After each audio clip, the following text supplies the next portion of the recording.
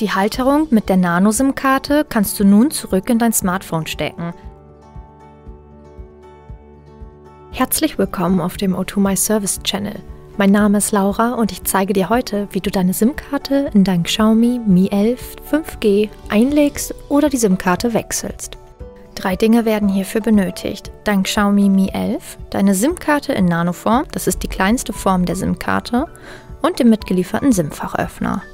Das SIM-Fach befindet sich auf der linken unteren Seite deines Smartphones.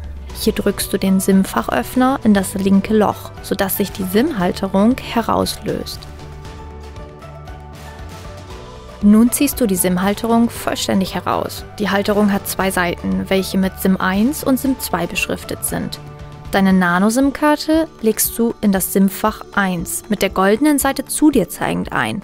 Die abgeschnittene Ecke der SIM-Karte zeigt demnach nach oben links in der Halterung.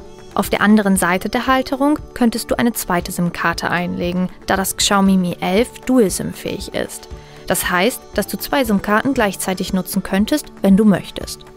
Die Halterung mit der Nano-SIM-Karte kannst du nun zurück in dein Smartphone stecken. Achte darauf, dass sowohl das Smartphone als auch die goldene Seite der SIM-Karte zu dir zeigen. Achte beim Einsetzen der Halterung auch darauf, dass sich das kleine Loch auf der linken Seite bzw. am linken Rand befindet.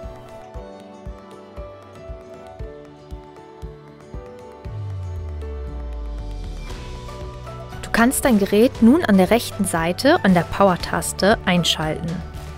Nun wirst du nach deiner persönlichen 4-stelligen SIM-PIN gefragt. Diese tippst du ein und bestätigst die Eingabe mit dem Klick auf den Haken.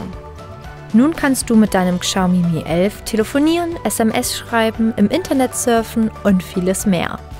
Schreib uns doch gerne in die Kommentare, ob dir dieses Video geholfen hat, deine SIM-Karte einzulegen. Ich freue mich über einen Daumen nach oben, wenn dir das Tutorial gefallen hat. Bis zum nächsten Mal, deine Laura.